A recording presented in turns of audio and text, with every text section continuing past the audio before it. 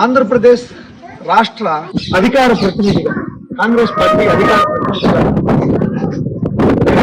చేసింది కాదు.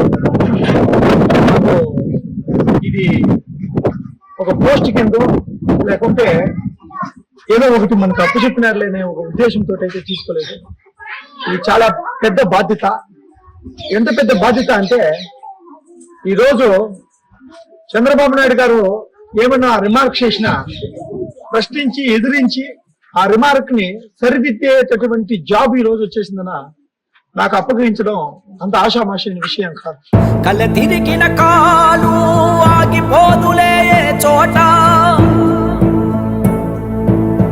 కాలం ఏదైనా తీయని పలుకులే ఆ నోట,